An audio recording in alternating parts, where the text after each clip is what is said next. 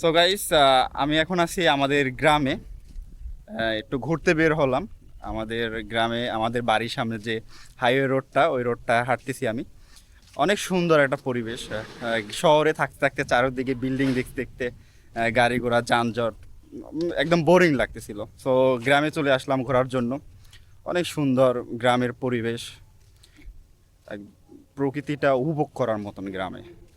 সুন্দর ঠান্ডা বাতাস, গ্রামের শান্তিটাই অন্যরকম।